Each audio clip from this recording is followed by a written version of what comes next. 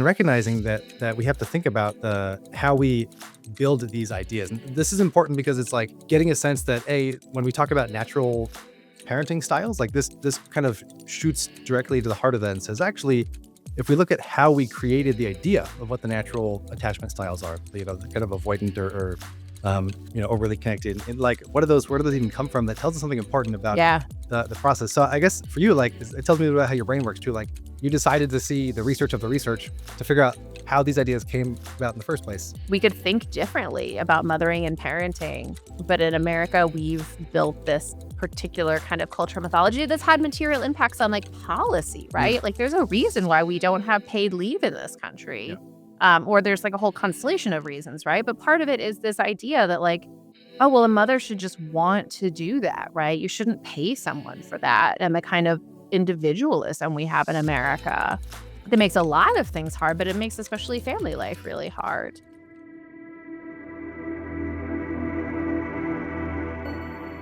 Well, welcome everybody to This Anthro Life. Excited to be back with you today. I'm your host, Adam Gamwell, and today, we're diving in a very important topic that at one point I was thinking, oh, it touches the lives of millions, but I was like, no, it touches the lives of everybody, because we're talking about motherhood, right? And all of us have had a mother or are a mother, and or know someone with a mother, and so this is something that's interesting because it's like super pervasive in how we live our lives, right? But then, what I'm really excited to talk with you today about, Nancy Reddy, is this idea that like it's a complex world of motherhood, and in fact, kind of a myth of like what it is that we're actually going to be making sense of in this world. And so, just want to say that I'm excited to have you join me today. So, Nancy Reddy here, and author of the forthcoming book, The Good Mother Myth, which is unlearning our bad ideas about how to be a good mom. Very important and timely, I think.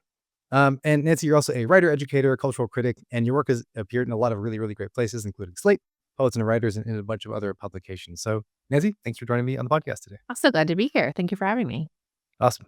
So, one of the things that I'm really excited to talk with you about, not only because I have a 7-month-old at home, so I'm going through many of these experiences. As a father, but as an adjacent parent, Absolutely. is that you tackled these kind of this powerful cultural narrative, right? That really is affecting all of us, right? Of what makes kind of a good mother, and it's one of those things that a lot of us have in our heads, but we don't necessarily articulate all of the pieces of it, and especially when we become parents for the first time, we're kind of confronted with all of these things, like and now today in 2024, we find ourselves with a bajillion Instagram posts and blogs and baby lists and 1,000 products to buy and different pieces of advice, and it feels pretty chaotic, but also at the same time, like, oh, here's a bunch of advice I could follow, but it feels contradictory at the same time. Like there's so many pieces of advice. It's like, what do we do with that? And what I really appreciated about your work, and I'm excited to share it with the audience, is that this idea of a good mother is actually a kind of a cultural myth, right? It's a set of ideas that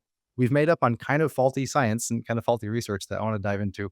And like, what does that mean though, to have a pervasive myth of how a good mother should be, what that is, and then how does that kind of shape, modern parenting and what we might do about that? So, just before we dive deeper into kind of these areas, can you kind of outline for us, like, what are some of the key tenets you saw? Like, what makes the good mother myth? What are some of the key characteristics that make it Sure. up? I mean, I think the biggest thing, especially in American culture, some of this is stuff that's like Mm, particularly challenging, I think, in our like American mythology around motherhood, is the idea that a good mom is someone who can kind of do it all. Like the idea of the yeah. super mom who just is like powered by this kind of superhuman love and maternal instincts and just knows what to do and doesn't really need help and might be like super worn out, but also doesn't mind because she just loves Mm. kids so much. Um, and you can hear in that, I mean, how bad that is, and also how That's much good. they I mean, you're one of the like, I have not done a lot of interviews with men yet, like, Mm, not really any space in that mythology for dads either, which mm. I think is bad. Yeah. No, thanks for bringing that in too, because there's definitely one of those pieces that I promise this won't be a therapy session for me, but it's interesting to kind of see that there's unsurprisingly a lot more kind of advice and conversation around motherhood and Yeah, for moms than there is for dads. It's very yeah. funny because every once in a while, like, we participate in kind of these baby groups to kind of bring your baby and help socialize them, and it's like I'm always like, ooh, other dad. If I see one other man, in the space, Yeah, you yeah. I mean, there really is this whole, like, kind of motherhood advice complex that's, Mm, on social media, it's in the culture, it's in books, And I don't know, I mean, you can tell me what you found, but, like, most of what I see aimed at dads is, like, really is kind of embarrassing, like, assumes that you're kind of a dummy, assumes that Mhm. you don't really, like, wanna be involved or don't know what to do, and I think we really it's one of the ways that, like, at the same time as we have these incredibly high expectations for moms, we end up really shortchanging dads. Mm. Yeah, no, that's a great point, and I have it's basically, all sports or military metaphors, which I think is weird and kind of offensive, right? Um, Like, the only way you could understand your child is through yeah. yeah. Yeah.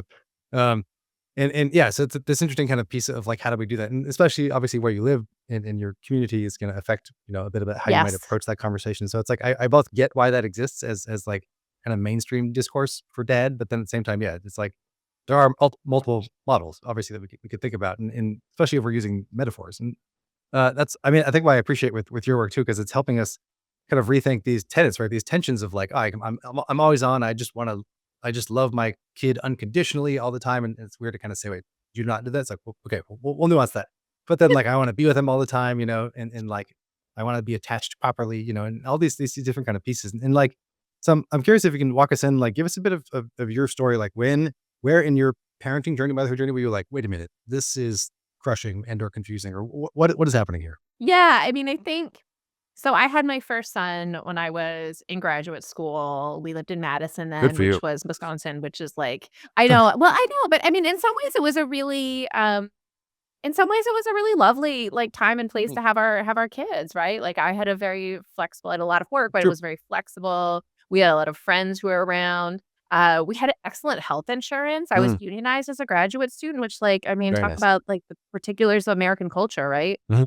Being able to, like, afford to birth a child is not something any of Yeah. us can take for granted.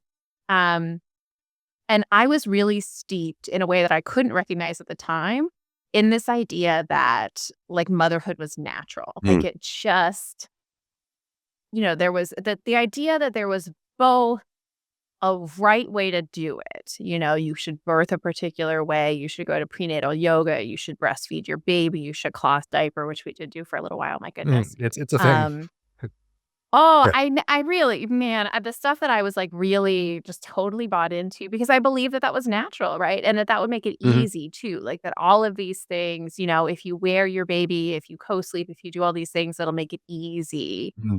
And, I read all the books and I went to all the classes and I did all of that, and then I actually had a baby and was like, "Oh, no, this is not what I expected." And I think I mean, he's 11 now and Mm, he's, like, a wonderful, interesting person, but he was a tough baby and I didn't know what I was doing at all, mm, right? Like, I had never, um, cared for a baby that small. yeah. Um And for a long time, I really felt like this is supposed to be a certain way. Mm, And the fact that I'm not experiencing it that way is a problem with me. Like, this is my fault. So I need to study harder, go to more classes, mm, like, find more experts. And unsurprisingly, that did not actually help. Like, that was not.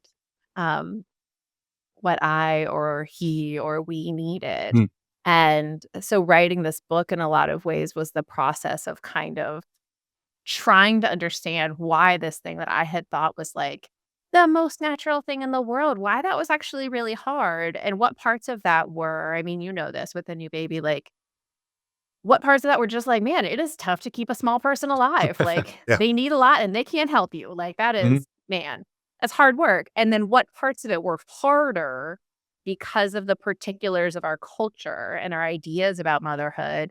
And then what parts of it were harder because of like the things that I had taken in Mm, and had taken on board, as well as just like my own particular kind of personality and temperament and whatever else. mhm. I'm trying to think like what are the bad ideas here that we can let go Yeah. of?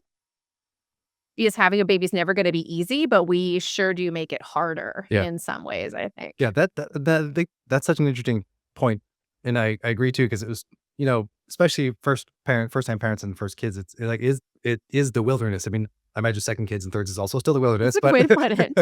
yeah, Yeah. Well, because your second kid is then a new kid where yeah, you're like, "Oh, you're a different person," which was somehow a big surprise for me. but it makes But, I sense. mean, not Yeah, I mean, it does now, right?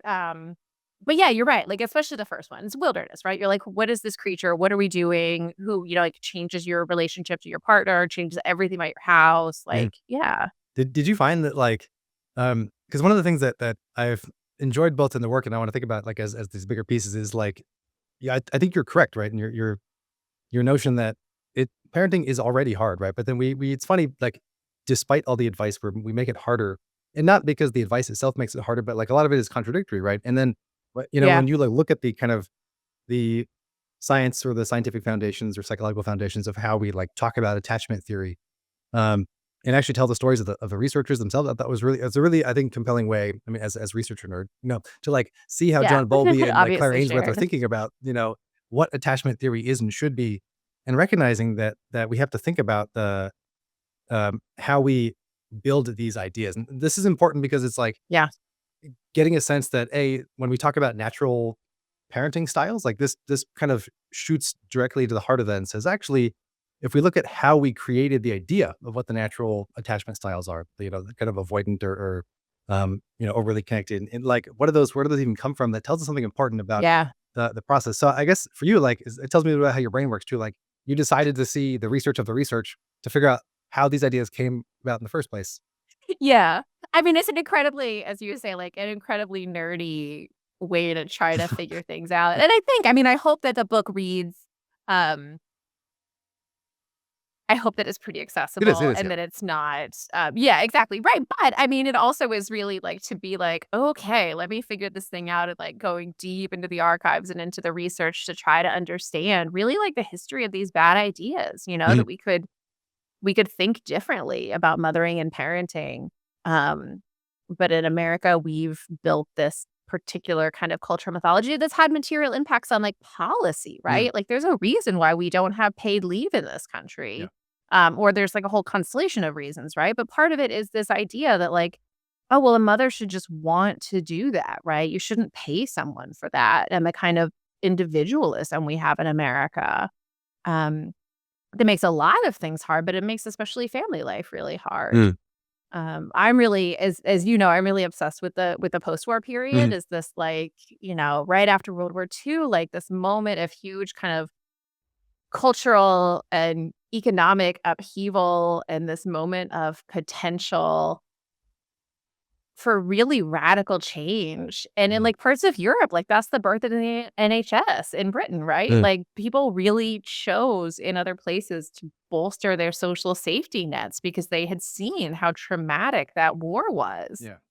And in the US, we kinda chose the opposite. We really, like, emphasized the idea of mothers being at home and the male breadwinner and the nuclear family and the single family home in the suburbs. Mhm. Yeah, it was And that's to me like like a through line to where we are now. yeah, and I agree too, and it is, like, one of the most challenging points, of, like, recent-ish American history, right, is that, like, as much kind of progressive changes we saw during World War II when a lot of men were overseas, and so basically a lot of women took over all factory labor and so much of the kind of outside of the homework, and that there was this, like, an interesting, like, progressive shift happening in terms of how we think about labor and gender. And then, all the Uh-huh. GIs come home, and then there was like a massive clampdown on any kind of gender progressive and like this kind of reinstallation of these kind of hierarchical, traditional gender norms. And it's interesting, yeah, that we often don't like go and think about that because that was also the time we saw the rise of suburbs, right? And like the single family home. And like that Mhm. totally shifted also again Yeah. the idea of community into like the nuclear Yes. family, right? Um, and it's like often we don't appreciate like it's not too hard to trace these pieces and say, turns out like we have to think about like why is policy the way it is today. And I agree, like we think about that, like if we're looking at how do our neighbors think about these forms of like paid parent leave and childcare and the time that someone gets off, right? And that there's no federal law in the US right now to have paid parental leave. It's based on state and then your company. Like these are interesting things to think about of like how and why do we make those choices. And so it's interesting too that the kind of post-war period did a lot of it's weird. It did so many things for kind of setting the stage for where we are now. Um, and so as you think about that, like I'm curious, like, you know, certain researchers or folks or things caught your attention. We have Bowlby and there was D.W. Winnicott and some other folks, Claire Ainsworth. And so one thing I'm interested is like you both talked about some of the male researchers, but then you also talked about their partners or spouses. And I think that was actually really powerful to Right. realize obviously how often we cut off half of the story or talking about Yeah, social scientific research. So tell me a bit about that process as you were digging in. And like maybe we can pick one if you want. Whoever's your favorite theorist to kind of take sure. apart for now. Yeah, I mean, oh man, I love those wives. And it really that was a surprise kind of later on in the process because as you say, I was so focused on like the men who made the science. And, when I sold the book, there's a Harlow chapter, there's a Bowlby chapter, there's a Winnicott chapter. And at some point after that, when I was actually really writing the books, I was thinking, there's this period of time where John Bowlby, who's the founder of attachment theory, is corresponding a lot with Harry Harlow, who's a professor of psychology at the University of Wisconsin, who did the cloth mother Mm. studies where like the baby monkeys are clinging to the terry cloth mothers. And they're writing back and forth. And, Bowlby's arranging to visit Harlow's lab in Madison. And I remember thinking, like, oh, hey, wait, like, Bowlby had kids. Like, he had, I had to like go back to his biography and be like, oh, wait, he had 4 kids. Ugh, Like, what was he doing? Just like, and he's British. Like, what was he doing just in California for a year, kind good of point. like jet setting around? Like, who was raising his kids? And of course, like, we know the answer to that question. Mhm. Um, and it's just wild to me that these men who devoted their lives to thinking about babies and children and motherhood, like, really not only did very little parenting of their own kids, but also really refused to listen. I think they're Mm. just like could not hear their own wives when they were describing kind of like, this is actually really hard. I mean, in the same years that John Bowlby was doing his early research on, mothers and kind of quote unquote delinquent children and how it was like maternal care that was causing them problems, that all these children were Mm. were becoming delinquent, not because they had been, made homeless by the war or traumatized or whatever else by bombings, but, because their mothers hadn't been paying enough attention to them. Mm. In the same years that he was doing that, he and his wife were separated. They'd had their first child and they were separated, for weeks on end because of the war. And she was writing him these incredibly plaintive letters talking about how lonely she Mm. was and how hard it was and how much she missed him. And they were kind of upper middle class. Like they had a nanny, they had a nurse, like there were people helping her, but really saying, like, this is not like I miss you. I wish you were here. I wish you were helping. And it seems like that just did not enter his mind, and it certainly didn't enter into the theory that he was developing. At the same time as he was getting those letters, he was writing about how, like, amazing it was that mothers were able to totally devote themselves to their Yeah. children, and they didn't mind, and that was the only way to do it. Right. Um, yeah, it's wild. It is wild. I think that that's such an interesting point though, and shows us basically what we miss when we only see half the story. Like we're not seeing Ursula's letters as part of the equation in terms of how all these theories are getting made. Then it's like, hey, that's kind of weird actually when you actually hear her letters, because you're like realizing how she's talking about how difficult parenting is, and then at the same time you see him developing a theory with rhesus monkeys about how the mother just needs to devote herself totally, and that's what she actually wants to do. And it's like, bro, uh, Yeah, right? Like, ah. yeah. It's interesting because I think something else I appreciate that you pointed out though too is like it's like we have to be careful not to like backwards project our contemporary views on Yes. that, but at the same time, it still rings a little bit hollow, right? It's like, okay, Yeah. it's a curious thing to kind of see. Yeah, right, like, I'm not trying to evaluate their parenting Right. by, like, our present day standards. I think it's not interesting. It also isn't particularly interesting to be like, "Look at these Yeah. guys, they were bad dads," because, like, I don't know, a lot of people are bad parents True. and, like, still do other interesting things, but to me, what really matters is, as you say, the point that, like, the science is worse, actually. Like, their Yeah. theories are worse because they were not taking in all available evidence. Mhm. And part of what I think is really fascinating, I was talking about Ursula Bowlby, John Bowlby's wife, and they were British. Harry Harlow, who's the American psychologist, married 2 different Mm. really ambitious women, like brilliant women, and who both had to leave their careers in academia because of their marriage, because of nepotism policies Mm. at the time. And that feels to me like another I think about like the science they would have done if Yeah. they had been able to maintain their research lives alongside their marriages. And that's really a story of so much of the 20th century of science, right? Is of women being kind of systematically edged out of the lab, whether it's because of marriage, whether it's because of motherhood, all of the other things that make it harder. Mm, It's not just like an injustice for women, but it's actually bad for all of us because it's bad for yeah, science. no, I agree, and that's a key point too. Is you know, it's one of my favorite kind of phrases or ideas around this is that like equality is not a pie. Like you don't get less of it if I also get some, right? You Yeah. know, Yeah. and recognizing that matters, like that affects how we approach science, right? And like how we're able to do research, and like who are we providing cultural pathways for careers for, and when are we not? And how do we make those choices? And it's like it's interesting because it's like you also realize too. Again, this is not to ding science because we also need that, but like in more broadly, right? Like it shapes how and who gets to do science, right? And how science gets done. And then like if we look at the development of a theory, something like attachment theory, and recognize how pervasive it is now, like I mean, it's um I both remember learning about like attachment theory in psychology in high school. And then, Yeah. years later, having a friend or someone share a book on attachment theory. And it's like, oh yeah, that was the thing. And like hadn't Yeah. thought about that for a long time. And now it's like, oh, that sees this piece. And like something else that came with that too, again, to kind of bring our mythological element in here too, is that that that a lot of this was also spoken about as if you do it at this point when the kid is 20 minutes in the lab, and then that determines or lets you know how they're going to be for the rest of their life. That's intense to think about, right? Like here's your blood test. Now you're going to be forever this, from an observation. So how, like, tell me Yeah. about Yeah. that. Yeah. Yeah. Yeah, I mean, oh man. So, we're talking here about like largely about the strange situation Yeah. protocol, though there's a lot of protocols that work that way. But that was developed by Mary Ainsworth, who worked alongside John Bowlby. And, so if you've heard the term like anxiously attached or avoidant attachment or securely attached, that's where those come from. And the strange situation is, as you say, it's like a 20-minute lab protocol. So a kid under 3, usually like 12 months to 3 years old, goes to a laboratory with they always say primary caregiver, Mm, really, they mean mom, and, they go into a room, there's, like, some toys there, and, you sit and play with your kid, and then, a stranger comes in and the caregiver goes out. Eventually, the caregiver comes back, and that little test, how the kid responds both to the absence of their primary caregiver and then the return is how they clock your attachment style. And so the idea is that by like 3 years, your attachment style is fixed. It's been kind of mm, like baked in, and good luck to you for the rest of your life.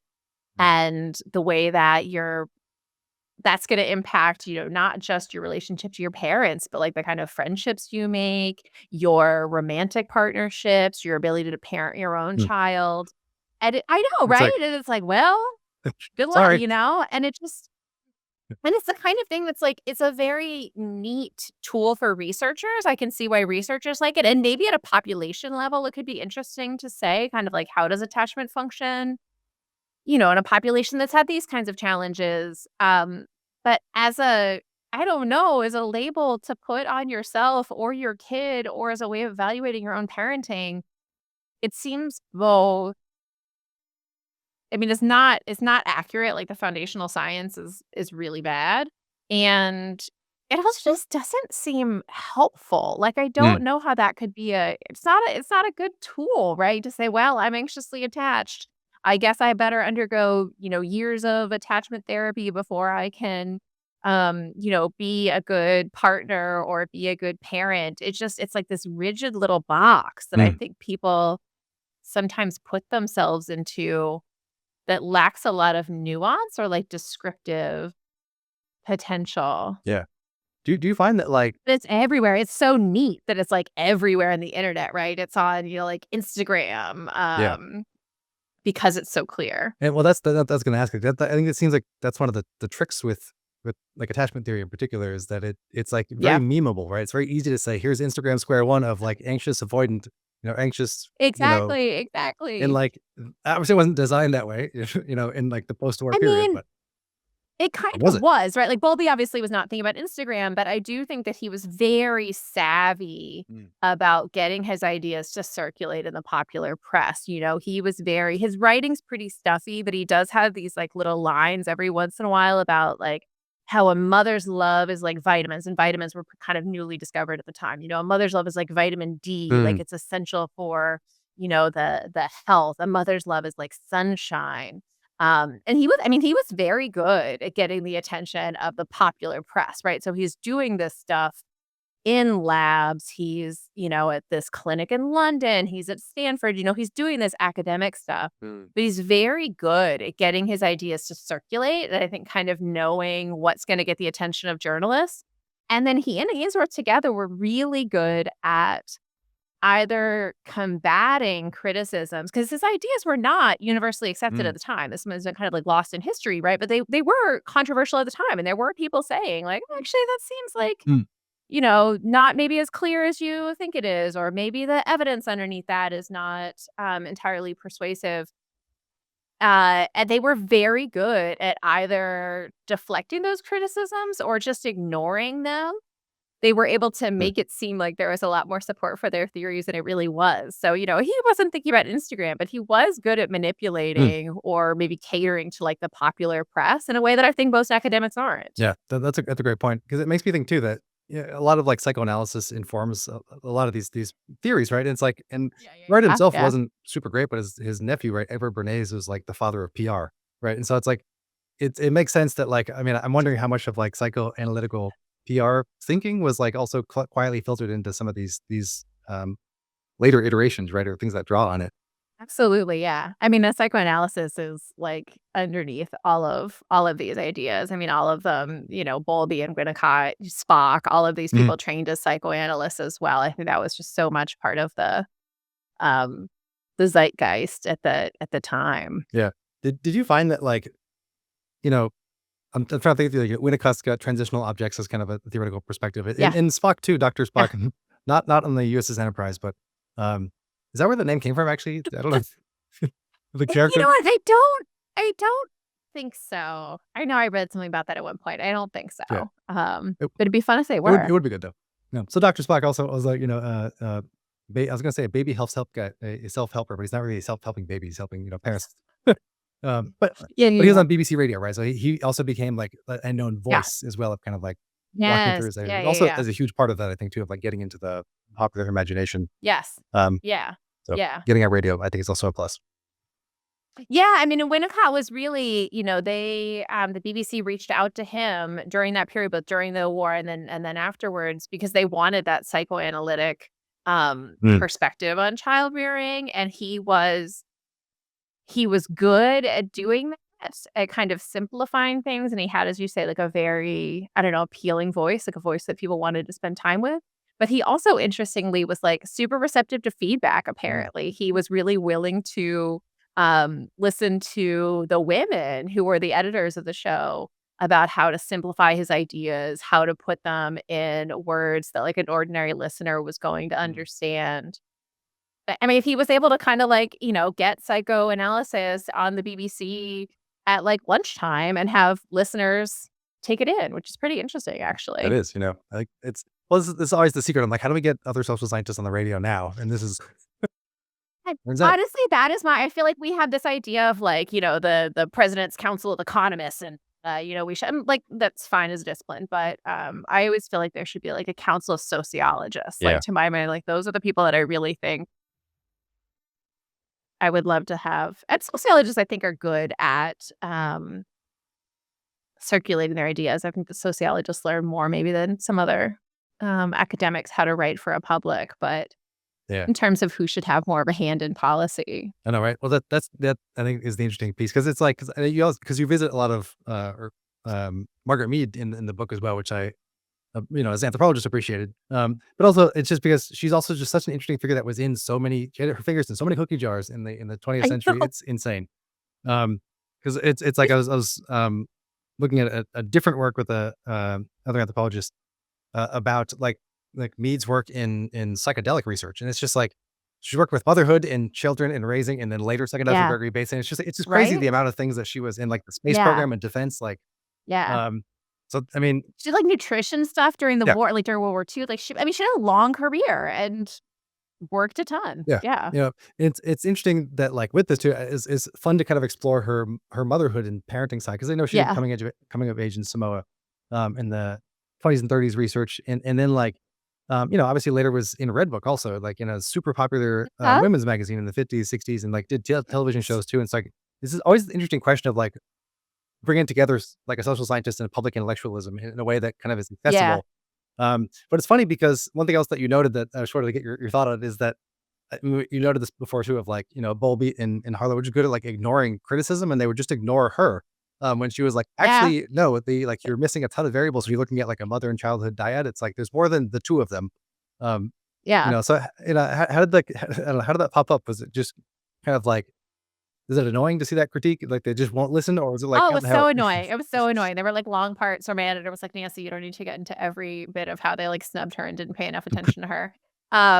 I mean, yeah, she was also someone who was not in the original, like, proposal Oh, when I was told interesting. the book, but as you say, she kept coming up. Like, she was the one who, like, the WHO did this, like, reconsideration of Bowlby's series, like, 10 years after his initial report. She was a major voice in that. She Mhm, was part of the study group that went on for years after the war.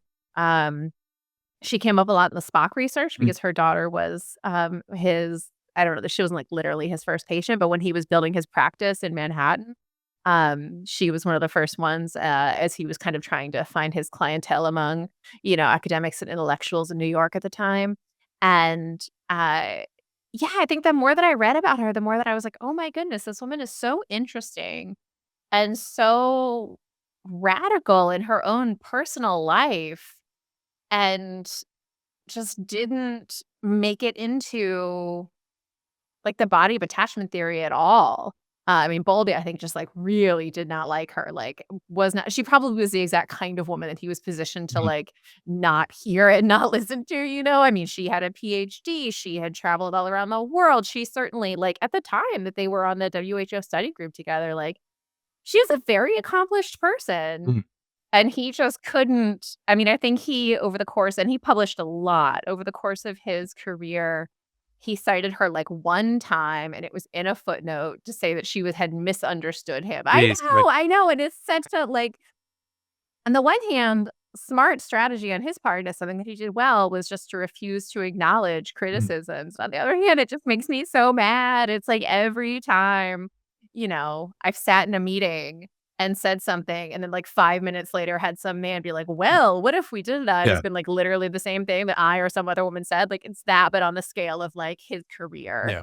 Um That's a huge pain in the ass. Yes. it's just he's just so petty, like, it's so petty on his part that it is, like, a little funny to me because 'cause I'm like, she's and also she was fine, right? She had a, like, very rich, Mhm. career, was very well known, um, but, like, the deep level of pettiness on his part, I think is very funny Yes. to Yeah, me. yeah, totally. And it's funny because then that, like, makes us think of other, like, small man theories, Um, you know, and like, this is an interesting piece too because it's like, so we have these, kind of cultural titans, right, that are shaping, like, sort of how we're thinking about, um, you know, parenting and motherhood and mother-baby relations and also father relations and, like, I guess in your estimation or, like, what'd you see, like, what I'm curious, like, what happened in terms of, like, why did, like, attachment theory stay and, like, Margaret Mead and also E.O. Wilson, she kinda pulled into it, like, alloparenting, the idea of, like, Mhm. we actually need more communal co-parenting, like, how why Yeah. didn't those win? Or I guess they're coming back now, I guess, but, like, that's interesting idea of, like, why did attachment theory and this, like, single idea of, like, the mother can do it all stick? Is it because it was that the Yeah. meme? Like, what happened there? I mean, I think it's the cultural moment, as we were saying, Mhm. right? This, like the rise of the suburbs and the idealization of a certain kind of family, which of course is, only ever accessible to, Yeah. a certain portion. This is not as widely available as like the mythology would have it. I think it speaks to the American culture of individualism really clearly. The idea that like one mother and one family is really what you need. And I don't know, like, to me, attachment theory and I think this is part of why these ideas were so powerful for me as well, it feels natural somehow. Like, of course Mhm. you love your baby, which you do, right? Like, I don't mean to, but, like, the love that I have for my kids, like, changed my life. Yeah. Um, but, yeah, it has this feel of, like common sense, the lore of like, the overwhelming love you'll feel. And then I think, via Bowlby and Harlow, that it's science, Mm, so it's these powerful ideas about love and common sense and science backs it up. mm. That just feels really hard to shake because as you say, nobody wants to say no, but nobody wants to say that they don't love okay, which is not what we're trying to Yeah, say. I'm yeah, sorry, yeah, I'm having yes. a hard time, like, kind of coming back around to this, All good, yeah. Yeah, you can go in the direction that but you yeah, need. as you say, like, the answer, like, for me, at least the case that I find most persuasive as a way of thinking about what we're trying to do when we raise kids, what we're doing when we're mothering, and mothering is a verb, right? Is something that anyone can Mhm, do, um is the idea that actually we need lots of people. I mean, one of Mead's critiques of Bowlby's theory was that it's actually like incredibly maladaptive mm, in a kind of evolutionary and biological sense to only have there be one caregiver. yeah, Mothers get sick, mothers die. Sometimes mothers aren't attentive enough.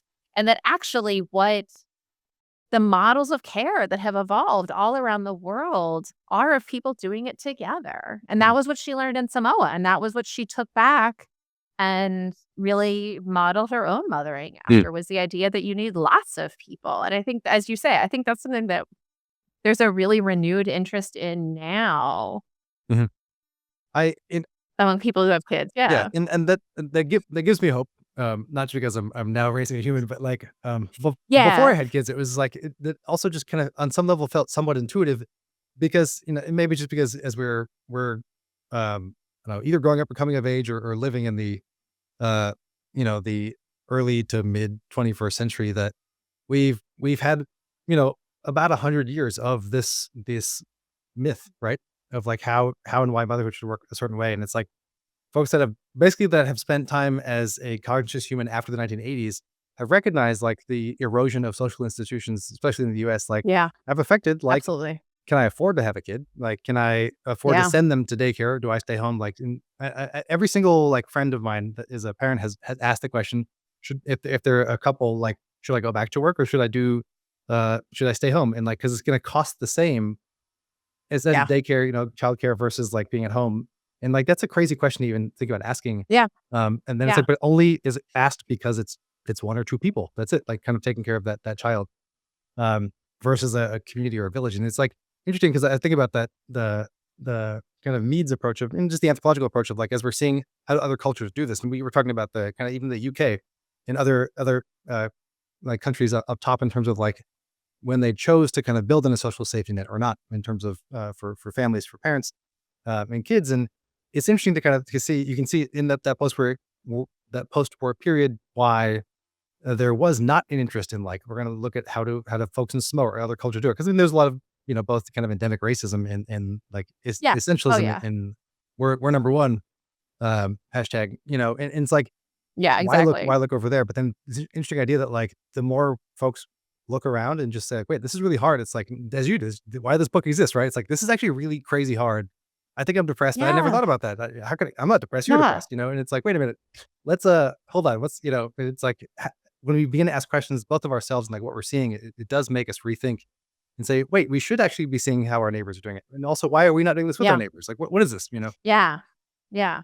It's so hard. I mean, I think we don't wanna ask for help. We don't wanna be inconvenient. We don't wanna be seen as struggling. I mean, we were talking a little bit about experts Mm, before, and I feel like in our culture, we're really comfortable, like, looking for experts, right? Like, I'm gonna find the book, I'm mm, gonna find the class, I'm gonna find the Instagram account, and, like, what most I think, especially new parents, but this is true in my stage of parenting as well, like, what most of us need is actually, like, more help, right? Like, I did yeah. not need to read another baby sleep book.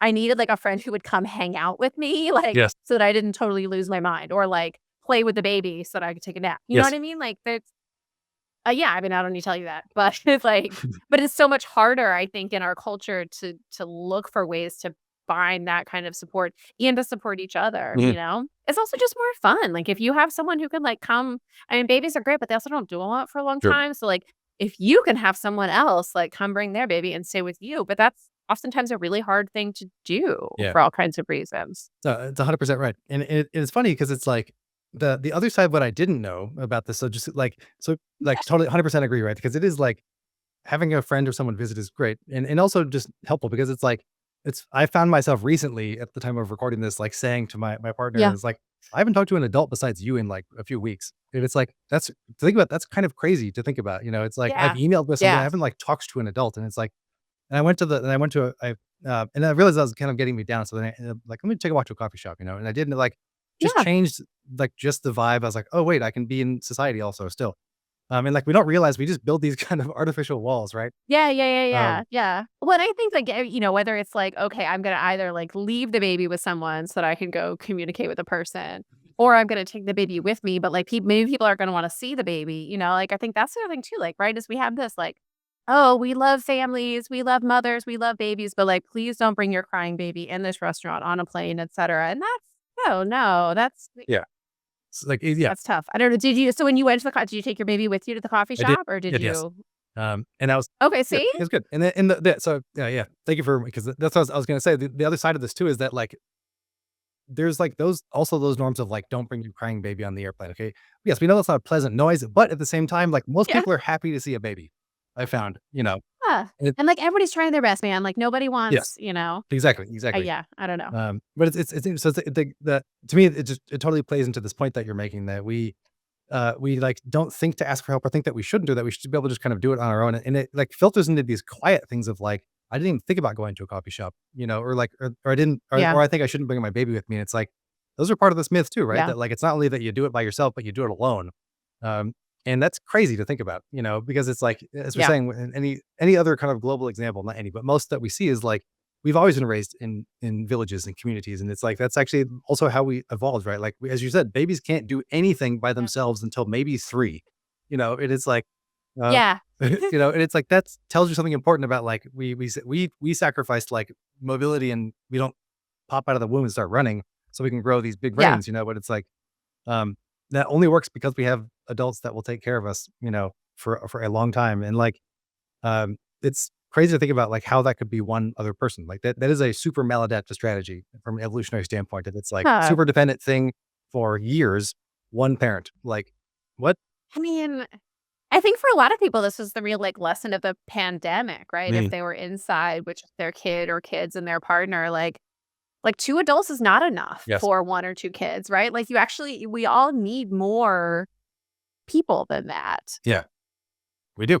And it's like it's funny that it's like we're remembering what we always knew, I guess, but then, like, kind of getting us to come back around to it. So it's like, I think, as you think about this and like we're trying to like sort of crack the veneer for folks to kind of think about, okay, we knew parenting was hard, but like we didn't realize that there's like a lot of kind of underlying theoretical stuff that I may or may not ever paid attention to, right? But it's like attachment theory and like, am I always feeling Yeah, devoted or not? Or do I want to spend time or do I feel guilty because I don't want to be with my child right now? And like things like this. yeah, Um, so it's like, I don't know, as we think about this, like how like I know it's not a how-to book, but it's just like, what have you, or maybe strategies you found too of like how do we help folks kind of move yeah. past the myth and like be more realistic, or like how do we have a supportive environment, Yeah. Yeah. I mean, the biggest thing for me, I think, and this is my kids are 9 and 11 now, and this is still true, is Mm, really trying to distinguish between the things that I think I'm supposed to do to be a good mom. Because those ideas about goodness are almost always about like looking a certain way for someone mm, else, or maybe living up to some other sort of ideal. A good mom would have this kind of Christmas, or a good mom, their kids would do these activities, or, whatever else, or all these ideas. And really trying to put that voice aside and think like, well, who am I as a person and who are my kids as people? Because I think so often our focus on what we think we're supposed to do really gets in the way of actually getting to know our own kids, like both when they're babies. I had this like, and my son was he was just not like a super cuddly baby, right? mm, So I would try to like put him in the sling, which I thought like, yeah, oh, he's supposed to, and the people at the natural parenting store be like, oh, he's going to be so happy. He wants to be right close to you. And I put him in there and be like, no, he does not. That is not what he yeah, wants. And it took me a while to be like, no, actually what he wants, like I can take him places, but I have to take like a blanket mm, and I can put him on the floor. And that's and that looks weird. People are like, why is your baby on the floor in this meeting? but he was Yeah, he's happy. happy Yeah. with that. Yeah, he was happy with that. He had like a little toy. It was fine.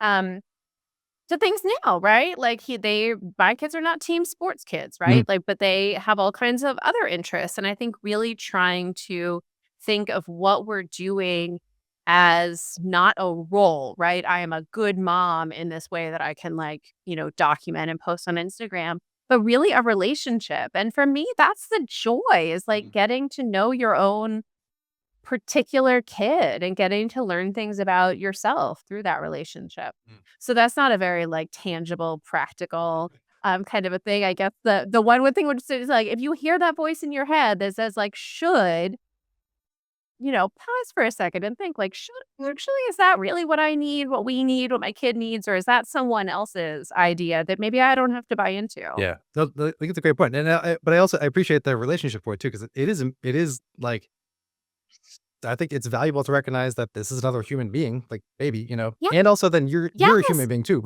right? Yeah. Yeah. You have like related but separate needs, and it's like, how do we honor Yes. both of those? Like by not Yeah. just saying do what I want, or do what I think I'm doing what I think you want. It's like we both have Exactly. needs. Like how do we address that?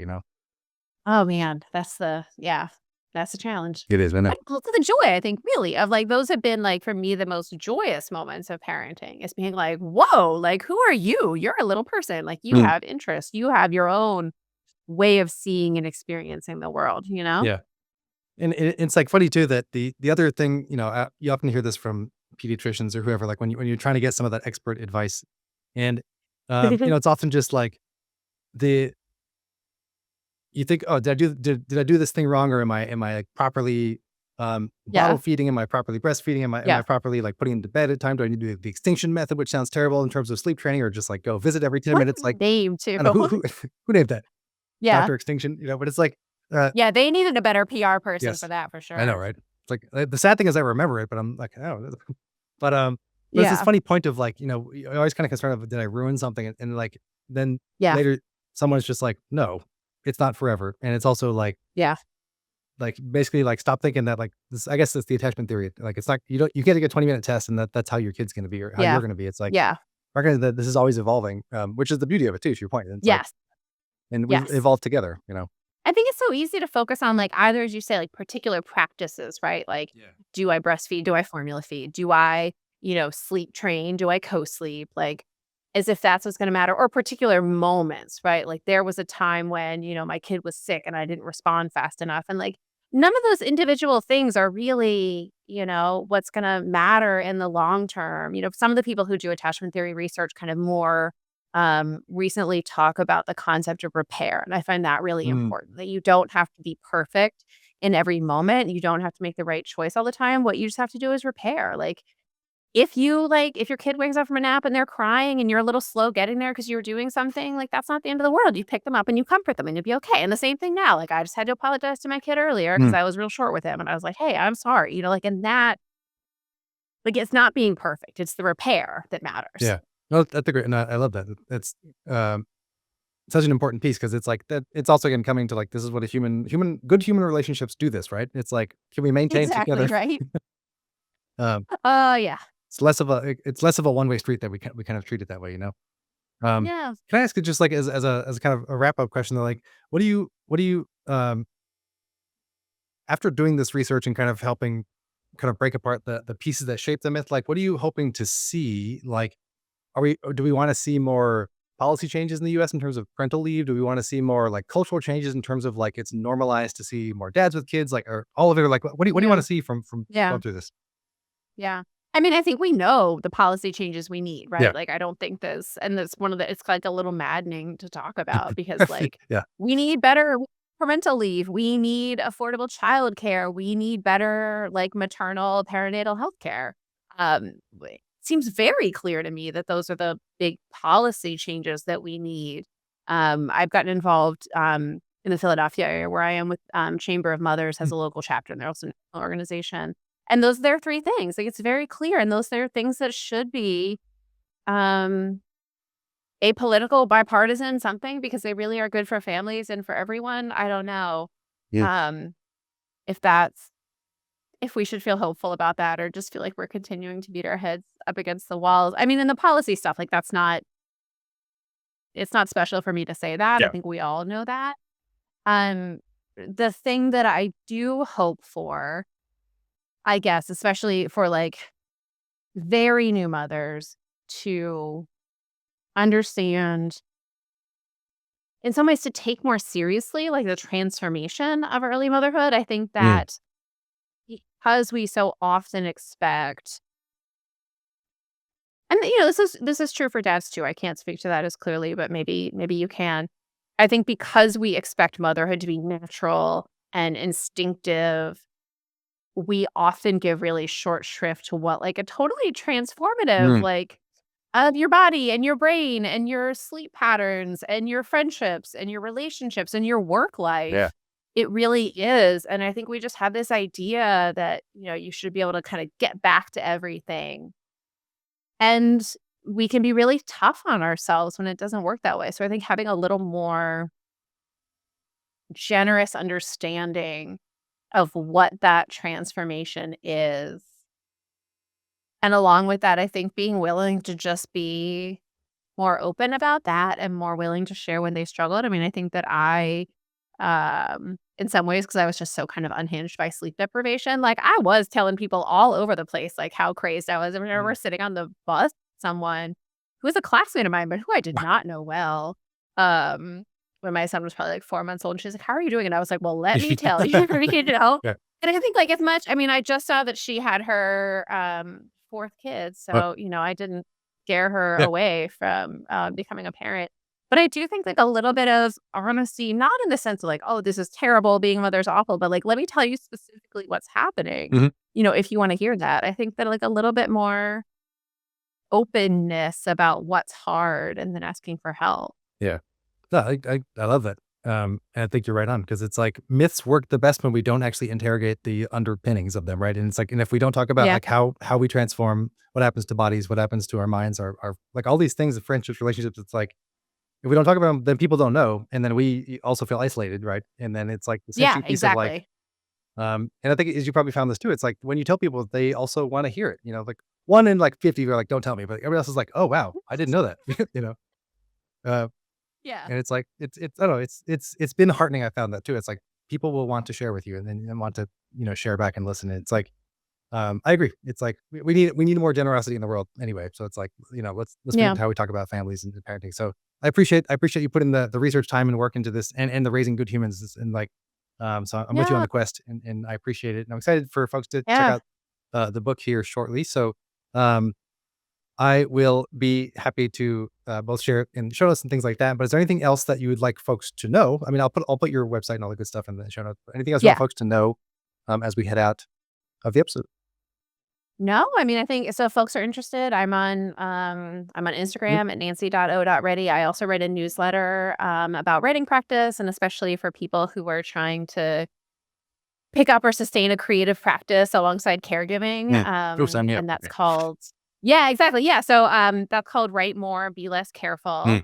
And folks can find that on Instagram, or sorry, it's on Substack. That's just Cool. nancyreddy.substack.com if folks want to join us I will there. get you linked with that as well. That sounds great. And I will sign up for Thank you. that. That Perfect. sounds cool. Cool. But Yeah. thank you so much, Nancy. This has been great to talk with you. I appreciate Yeah. you taking the time. Thank you so much, Adam. I really appreciate Yeah. it. Cheers. All right. See ya.